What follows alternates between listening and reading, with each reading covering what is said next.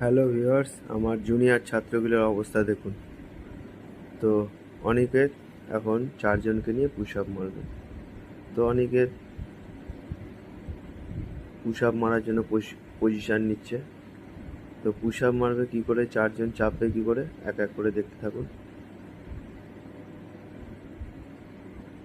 তো এক এক করে ওরা পিঠে চাপবে। তা হ্যালো ভিউয়ার্স, আপনারা দেখতে থাকুন। অনিকেত এখন 4 জনকে নিয়ে পুশ আপ মারবে।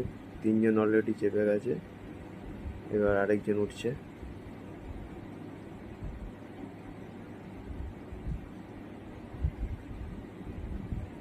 তো পুশ আপ মারার জন্য প্রস্তুত। পুশ আপ মারতে পারছে না, নামছে।